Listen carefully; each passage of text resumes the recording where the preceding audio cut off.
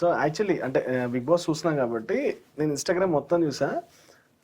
ఉన్న 2 weeks లో మిగతా వాళ్ళవి అన్ని రకాలు వచ్చాయి, మీది మాత్రం పంచెస్ కోసమే స్పెషల్ గా రీల్స్ మీద రీల్స్ వచ్చాయి.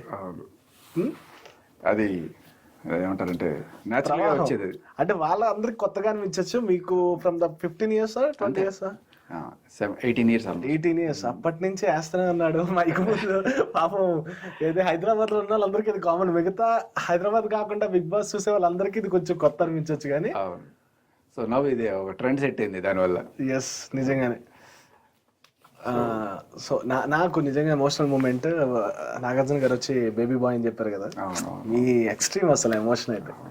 అది యాక్చువల్గా ఎలా ఉందంటే ప్రెషర్ కుక్కర్లో ఉన్నట్టు ఉంటుంది. ఏ ఇన్ఫర్మేషన్ రాదు, టైం తెలియదు, డేట్ తెలియదు, లెక్కేసుకుంటున్నా ఓకే టెంటేటివ్గా ఇవాళ రేపా ఈ 2 రోజులు అవ్వచ్చు అని అనుకుంటున్నా.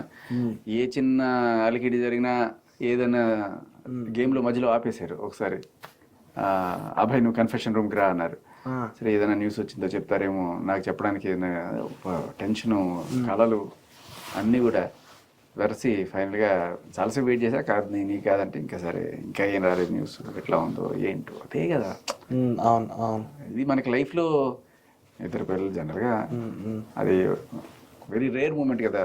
బిడ్డ పుట్టే టైంలో పక్కన లేనని ఒక గిల్టీ ఫీలింగ్ ఉంటుంది. అలా ఆ నెక్స్ట్ డే నాగార్జున గారు వచ్చినప్పుడు కూడా షో జరుగుతోంది, అవకాశం వచ్చింది. ఇంకా నేనే అడిగేసాను, సార్ మీరు ఎప్పుడు వస్తారని వెయిట్ చేస్తున్నాను అన్నప్పుడు ఆయన ఆన్ ద స్పాట్ కనుక్కొని చెప్పారు. బా పెద్ద భారం దిగిపోయింది. ఓ హ్యాపీ అనమాట. అప్పటిదాకా ఇంకా గత 2-3 రోజుల నుంచి మనసులోనే ఉండింది. అసలు ఉంటుంది అంటే అక్కడ ఏదో జరుగుతున్న మన వాళ్ళకి జరుగుతున్నప్పుడు ఆ ఫీలింగ్